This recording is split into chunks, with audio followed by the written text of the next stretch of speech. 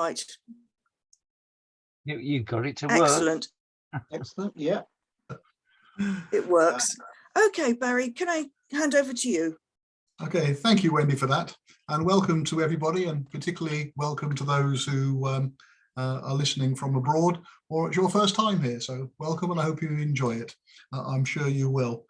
Before I introduce our speaker, just a couple of short notices. There are no Zoom presentations in September or October from the BTA. There are a couple of things happening in September and October, and we thought you could do with the rest. So the next one is on the 16th of November, when John will be doing a magical trick of doing the IT and giving the presentation. So that'll be fun. And he has a title of Philatelic Passports.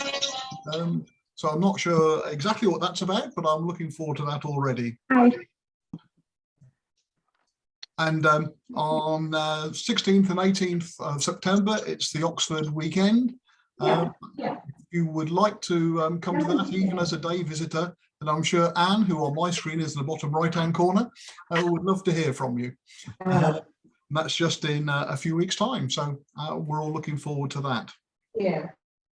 Okay, so before I introduce the speaker, could I just remind you, if you'd like to knock off your video and your sound, and trust me, I listen to a lot of Zooms, and you will not be the first person to be who's forgotten to switch off their video and you're fast asleep. It's quite amusing for everybody else, so I do strongly advise you to switch your video. Oh, they're all going all of a sudden. Trust me, it has happened. It has happened. Okay, let me introduce Mike. Ever since I've been in the BTA, I've known Mike and his umbrellas. I've heard his talk in person and twice, I think now. On umbrellas, and it's a fantastic talk. So I'm really excited about this. It really covers ground you wouldn't think possible from umbrellas, around umbrellas. And I know it must be a good talk because I use umbrellas in my parachuting. So there we are. So the synergy with all sorts of different collections here. So if you're ready, Mike, I'll hand over to your good self. Okay, I'll do the share screen, which is sort of worries me a little, but I should be okay. We're getting there. Is something happening? Yeah. Oh, there you are. Do that.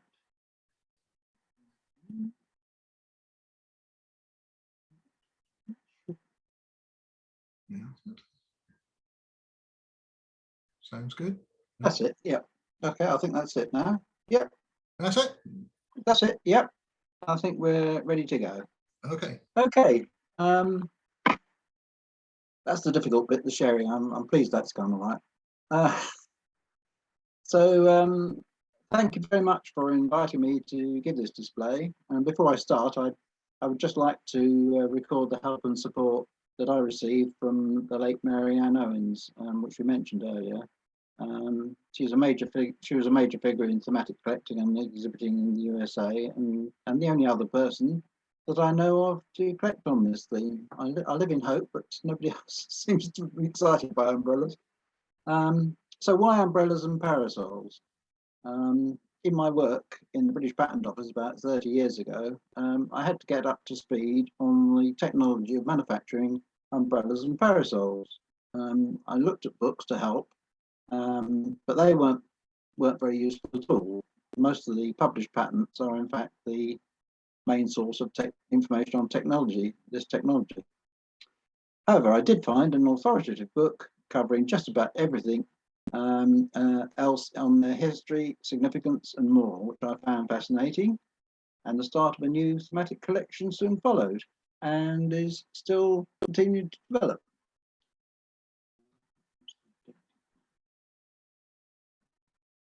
Okay. Here we have the an outline of the various topics. As you can see, we've got history, fashion, prestige, religion, entertainment, advertising, manufacturers, health insurance, repairers, accessories, and so on. So let's crack on.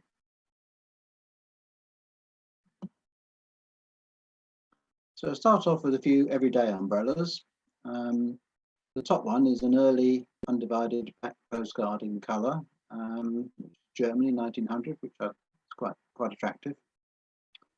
Below that, there's a lady from Laos in a traditional outfit, but she's got a practical large umbrella. The one at the bottom is a Danish booklet insert. The gist of the message is that sending luggage ahead of a journey saves hassle on the day of travel. And we've got a man there, obviously having a lot of hassle with all these packages and parcels, and a great big umbrella, which looks as though it's going to be pretty dangerous for everybody else as well.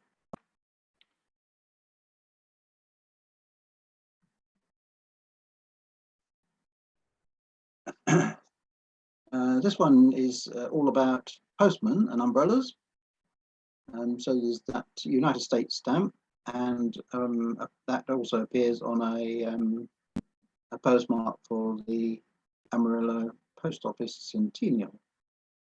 And then we've got the gentleman from Singapore, and there's a stamp and the card. And hang on a moment, lost my. Yes, sorry. I was just going to say that the construction of umbrellas and parasols varies a lot from what we used to in the West to what is in the Far East, particularly Japan and places like Singapore. But I'll come on to that a little bit later in more detail.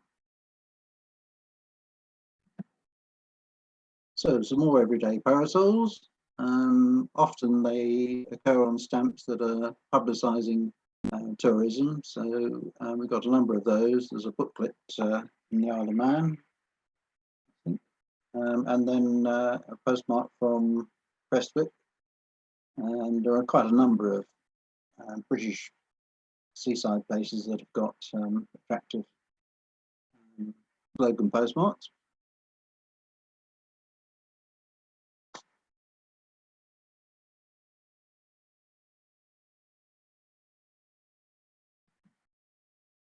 So, turning now to the history of the development of umbrellas, they emerged many thousands of years ago as solid, heavy structures. A slab of wood fixed to the top of a pole. The earliest that I've found on stamps are the cave paintings of Sri Lanka around 1700 BC, with fixed umbrellas apparently mounted on the bodies. And again, the stamps are very small in terms of umbrellas, but you can expand it so it's much clearer when you're doing something like this sort of presentation. And that on the left lower, there's a funeral procession. The first emperor of all China, and it's about 200 BC. And then on the right, there's a Chinese drum cart with a frame for an umbrella cover to protect the mechanism. And it's used for measuring distance and dates from around 300 AD. So umbrellas go back a bit.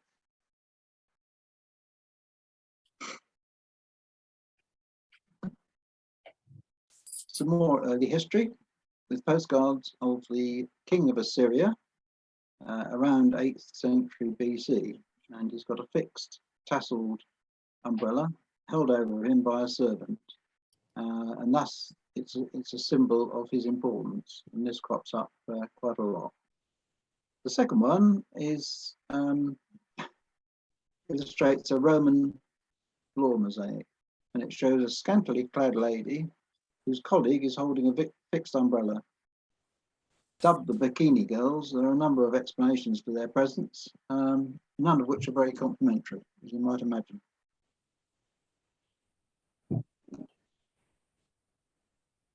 Here we have the use of ceremonial umbrellas by the King of Siam, Thailand these days, to emphasize his power and importance. So the multi-tiered umbrellas are shown around his throne and on his royal barge. So there's no practical use, but again, it's a sign of prestige and importance.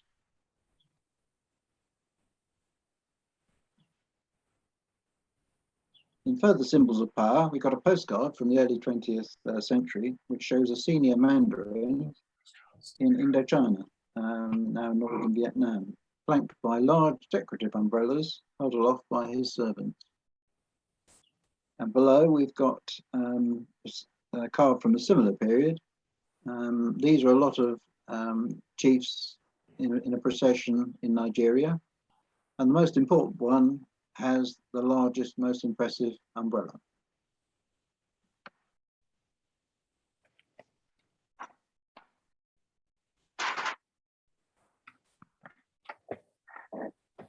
Fashionable women in the 19th and early 20th century in Europe also used attractive parasols as a symbol of their status.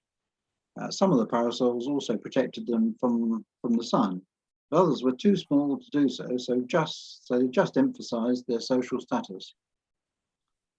Here we've got on the left Queen Wilhelmina of the Netherlands and Henry, her Prince Consort, and stage beauty Mrs. Brown Potter. She was born in New Orleans but made her name in London on the stage.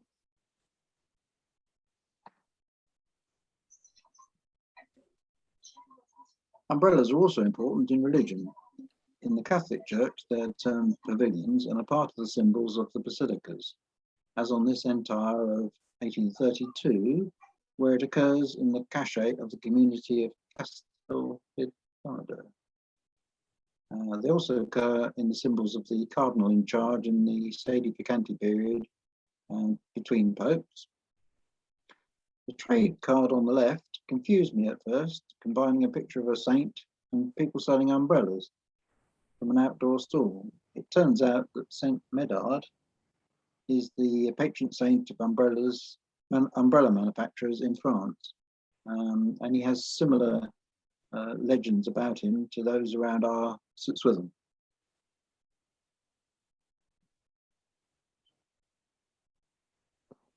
Here we first have an extract from a picture of a statue of Buddha travelling in Laos with a large umbrella. The lady in the middle is a nun of the Sœurs Auxiliatrices, a Catholic mission in China in the 1920s. And the one on the right is a bonza, is a Buddhist monk of the Fo sect in China, and in a plate from a book on the dress and manners of the Chinese, published in London in 1814.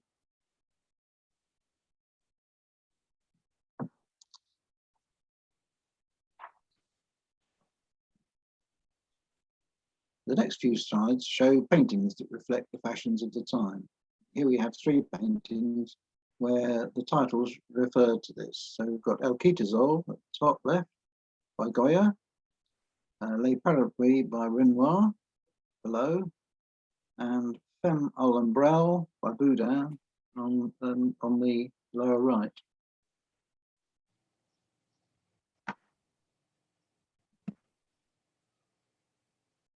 Again here, the orange parasol is reflected in the name Les Amoureux sous le parasol by Louis Philippe. And on the right, which is Hungarian card and stamp, and it has a tiltable umbrella, and artists use tiltable umbrellas a lot in their work.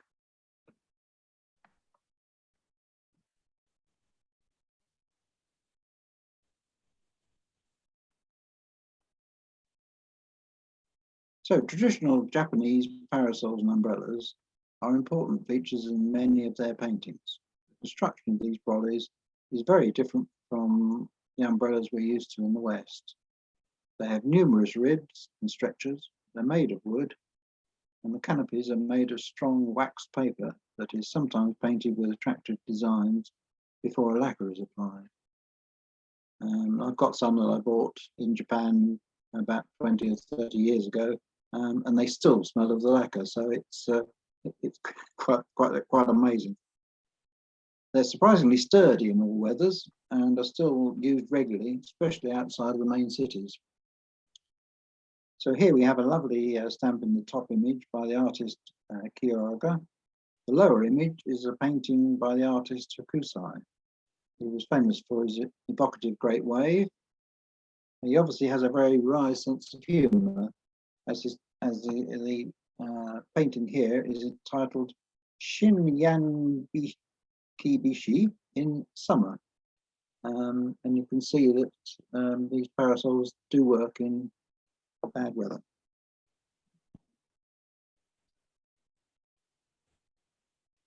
So these stamps further explore the use of Japanese traditional umbrellas in all weathers.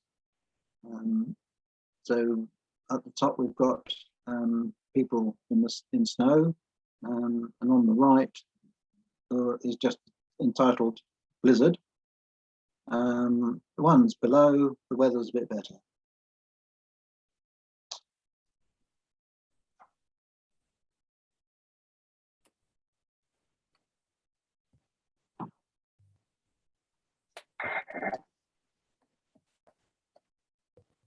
Here we've got some more entertainment in the Far East with parasol dancers, and from countries like Vietnam and Indonesia and Japan. And on the right there is a foot juggler from China.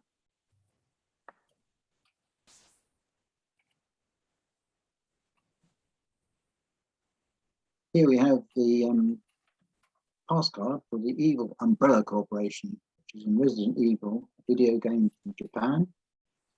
And on the right, we've got a GB play program, The Parasol, which is the first performance in 1988 of the play based on a novel by Chekhov.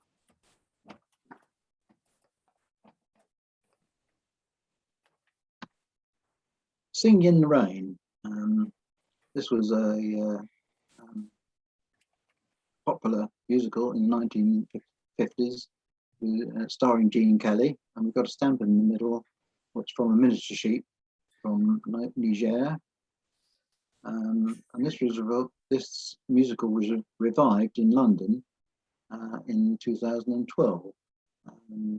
Got a picture of the advertising poster on a postcard, and a picture of the outside of the theatre. Not surprisingly, my wife and I attended this event and enjoyed it. The rain effects were very authentic. So the people in the front few rows were issued with thin plastic coats to protect their clothing.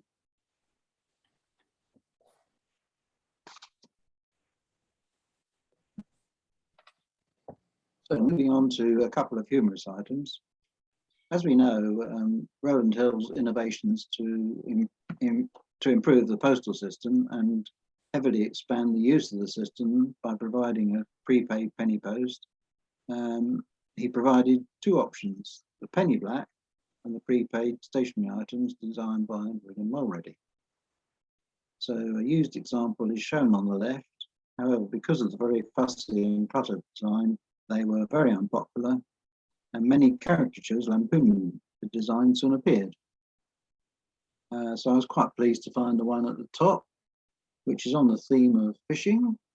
We've got an extremely languid looking lion with his tail held up by the fishing line by the looks of it. But on the right, we've got a guy fishing on the riverbank, and he's got a nice large green umbrella. So I was quite pleased to get that. And again, I was able to make it larger so it's easier to see on the slides.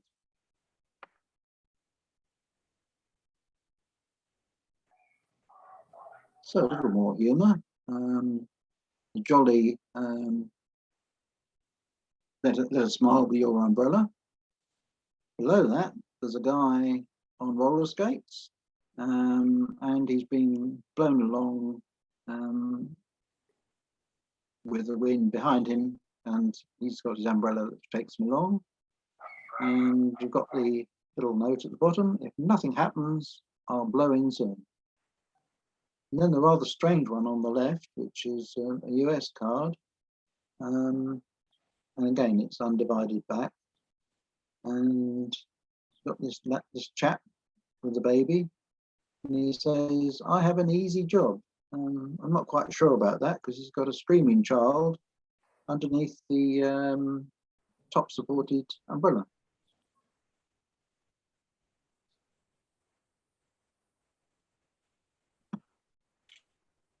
Moving on to another aspect, advertising. The firm of Fox & Co. were very important because they developed a much improved umbrella, mainly because the ribs were folded steel rather than what had gone before, which was whalebone and that type of thing. In fact, it was so impressive that most modern umbrellas still have that basic structure. And this just shows 3 adverts at slightly different times. Below on the left, you've got a French advertisement for umbrellas that attach to back of chairs. And along the lower line, you've got 3 poster stamps from Sweden, then Denmark and Netherlands. Some quite nice silhouettes there.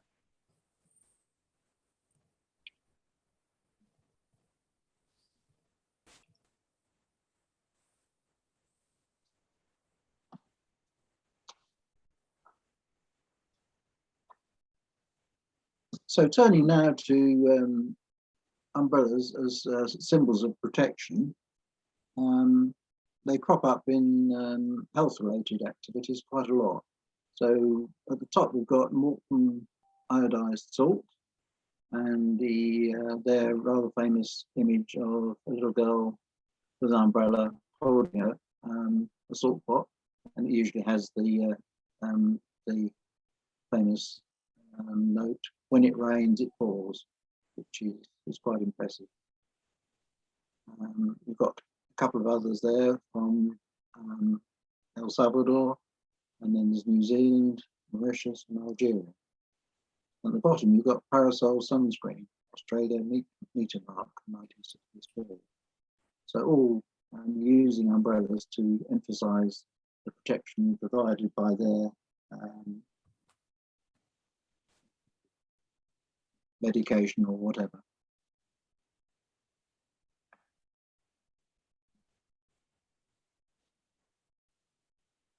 Umbrellas also pop up very often in symbols of protection for insurance companies. So you've got Legal and General in Australia, in the UK. On the left, you've got Chinese Postal Simple Life Insurance. And then at the bottom, you've got Travelers Insurance, Toledo, Ohio, USA, and Nationwide Insurance, Columbus, Ohio, 1958.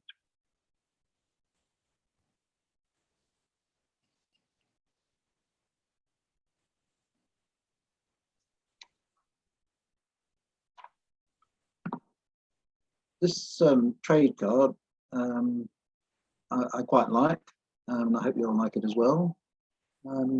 As you know, most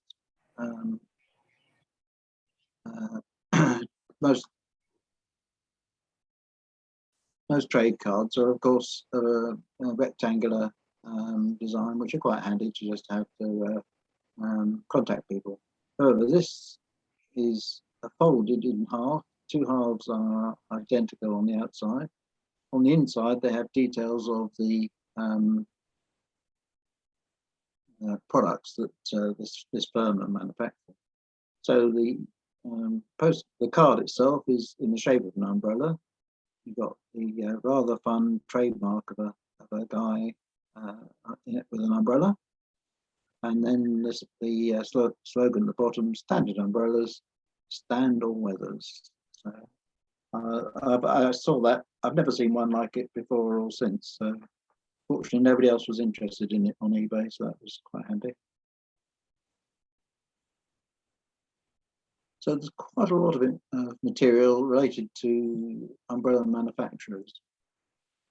So here we've got three cards, three covers, all of American manufacturing companies. The one on the right, bottom, claims to have the largest umbrella factory in the world. And if you look at the size of it, you could well believe that. Difficult to understand how you need a factory that big to produce umbrellas, but there we go.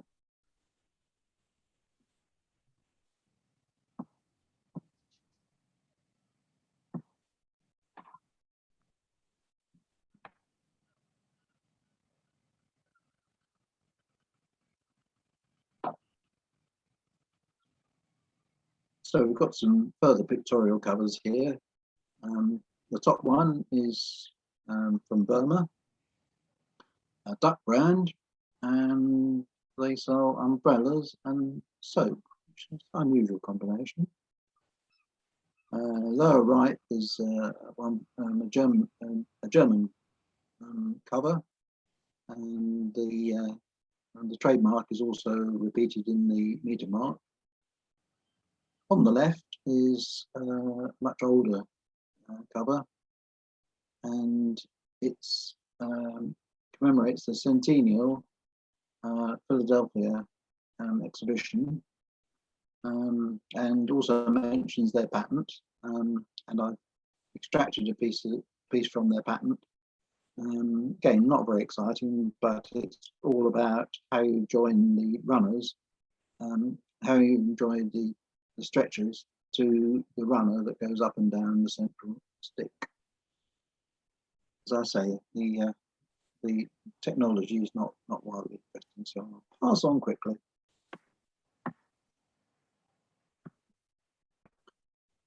So here we have some unusual invoices. So the top right one is 1798. In 1798, parasols were priced at 9 shillings, equivalent to about £70 in 2021. So expensive then and now. Below that, there's Henry Co. and Co. of London. Again, quite nice, attractive header. And on the left, you've got Ives, Willett and Co. in America. And they are dealers in hats, caps, furs, straw goods, umbrellas and parasols.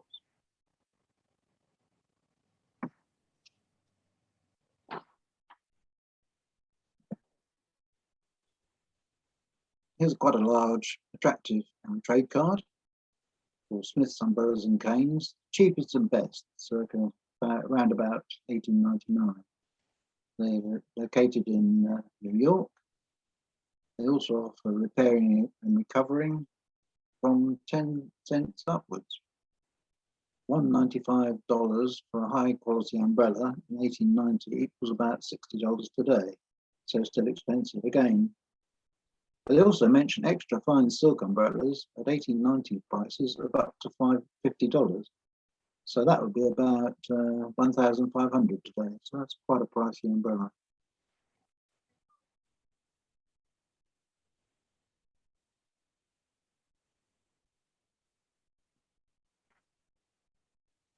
So in addition to large factory-produced umbrellas, there are also quite a lot produced in small handcraft industries. So here we've got the top one is an umbrella maker located in Hanoi, part of French Indochina, now Vietnam. This is 1908, and it's used with French down. The two small boys in the front row look less than inspired. They're told, you sit there and behave yourself. And below that, there's a manufacturer located in Burma, now Myanmar, which has been about similar time, 1907. You might say that's a rather more informal emporium.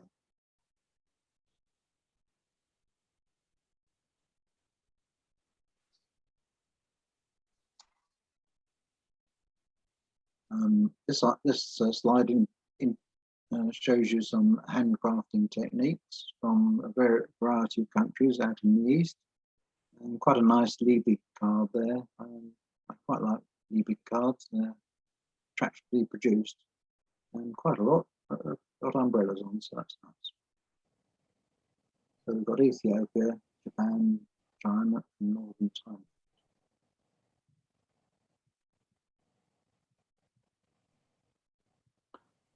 So here we have some perfins used by umbrella manufacturers in London and Glasgow. So the first one is CW&B, which is umbrella makers. Carless, Whittaker and Beanold of Adel Street, London. And that was used from 1900 to 1941. The next one is James Young and Sons, JYS. Umbrella Manufacturers and Co. Queen Street, Glasgow, used 1905 to 1939. An umbrella and silk manufacturers at the bottom, VM, Virgo, Middleton and Co. Wood Street, London, and those were used from 1885 to 1920. I've been collecting thematically for about 55 years, and I've always used perfins in whatever topic I've done. So they make it a nice change. I got quite a bit of help on this one from Roy Galt at the Perfin Society.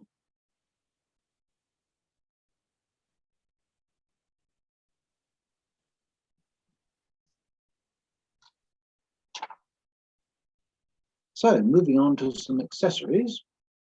In the centre we've got an umbrella handle, which is very attractive. It's in fact manufactured by Fabergé, the jewellers to the kings and tsars. Often people, I mean, these days we don't have the handles separated from the plain part of the umbrella, but it was very common to have separate handles, and people could match up the handle, the parasol, and whatever their clothing was at the time. On the right, you've got a finial. So the top of the umbrella normally just finishes with a ferrule, but sometimes that's replaced by something more interesting, as here, a ferrule, a finial, and which is here is a bird and snake Ashanti carving from Ghana. And finally, there's a whole lot of 1950s quite attractive umbrella stands. And this is from the Göttingen collection in Cologne in Germany. So repairing and recovering umbrellas. These days, we very rarely consider something like that happening. But this was quite normal until the 1930s, because umbrellas were quite expensive and were made to last. So I quite like the top one, which is Umbrella Hospital. This was in a shop in southeast London. Repairing, recovering, prompt and cheap. And then below that, we've got another Liebig card. And here the repairer is travelling round to various small communities and repairing umbrellas on the spot. And on the left, there's a small repair shop and manufactory in Lyon, in France. It's a trade card.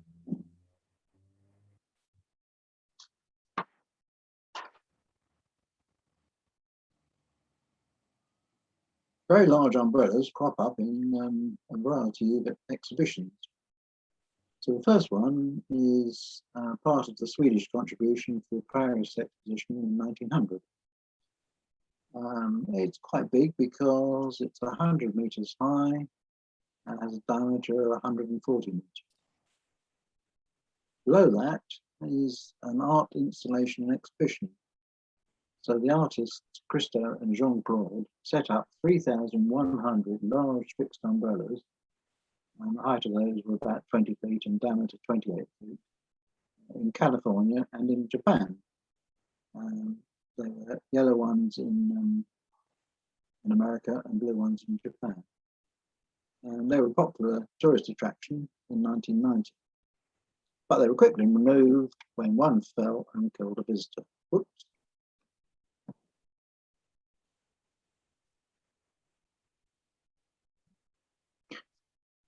Umbrella Museum. As far as I know, this is the only comprehensive museum of umbrellas and their production anywhere at all. Although there may well be one in Japan, maybe, but I haven't come across that either. And it's at Genesi, which is a small mountain village in northern Italy, just behind Stresa. And it was a centre for handcrafted umbrellas in the area. So people would manufacture the umbrellas through the winter months and then go and sell them around the countryside in the summer. The museum was established in 1939, and in 1975 they got this new purpose-built building with an umbrella roof, that's shown here. I've been to the museum twice, and I'm not quite sure how many people actually get there. It's quite tricky to get to up in the mountains, and there's been about 2 people each time I've been, but never mind. Some postage stamps they produced, quite nice, in the 1950s.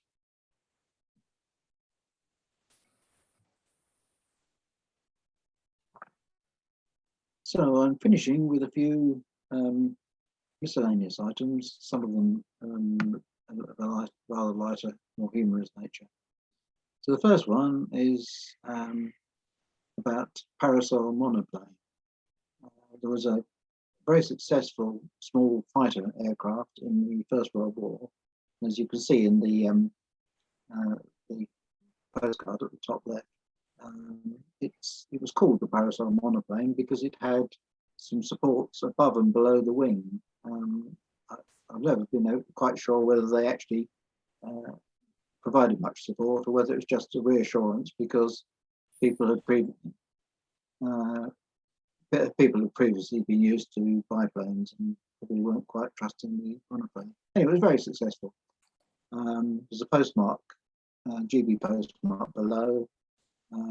There's a Union Island stamp, and on the right was a large postcard, and this is Tintin, a very popular character, and again we've got a parasol monoplane. We've got Tintin at the bottom with a pink brolly, and even his cat Snowy, his dog Snowy has got a yellow parasol.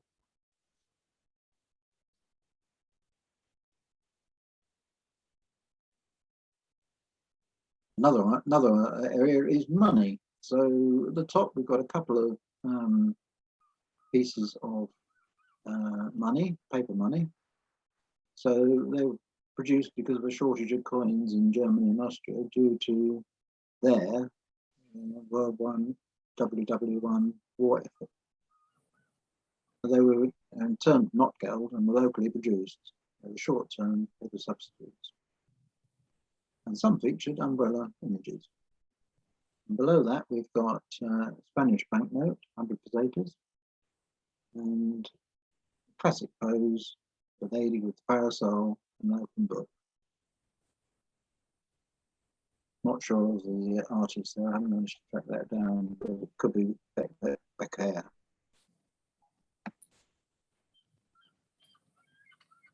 And a little anthropomorphism. So we have on the right cat version of Renoir's Les Parapluies. Below we have a pun on Bear and Forbear, with the mother bear and her 4 young bears. So Mother Bear seems to be doing her best without complaint, no doubt inspired by her lovely green parasol.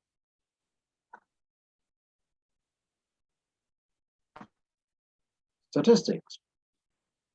So the largest and most expensive umbrella was President Reagan's planned 1983 umbrella shield in space to cover and defend the whole country at a cost of about £80 million at that time. And this is a contemporary magazine cartoon. Longevity, umbrella jellyfish been virtually unchanged in 500 million years. And below here we've got a GB 1988 booklet, a nifty 1953 stamp.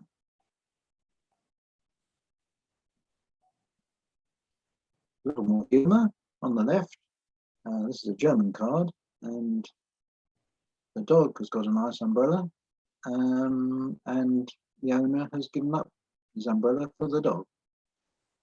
In the middle, we've got the fun that people often have in cutting up common stamps and putting them together in a design. And this is fragments of, I think, some Marianne stamps of France. And on the right, parachutes were developed from brollies using tests from high buildings. But here he says it worked when he jumped off his dad's roof, barn roof. I think it might have been the engine, really. One for you there, Barry. And finally, William Heath Robinson, British cartoonist, and he specialised in whimsical images of various tasks. Often proposed devices or procedures were of unnecessary complexity, or simply impractical or solved a non-existent problem. So on the left, we've got a device for people identifying their umbrella in a lost property office. So you've got a little machine rolling them around. The guy is sitting there. When he spots his umbrella, he pulls the cord and a bell rings, and he goes and collects his umbrella. So that's one of the more simple ones. On the right is a slightly more complicated one. So top left, the people have got you'll notice the people have got a candle fixed to their head. And they go in, come out the other side on the right, and there is they picked up an umbrella to be tested. And then they down at the bottom on the right, the candle is lit. They go into the shower area, and then they come out on the left. And if the candle is still alight, the brolly has passed the test, and so it's fine. Okay, that's it. Thank you for listening. Thank you very much, Mike. Thank you very much indeed. So just like to... Oh, yes. Stop share. Yes. That is super. Okay. And when did you want to stop the recording? Yes, I ought to do that, didn't I? No, you don't. I think does Wendy do that?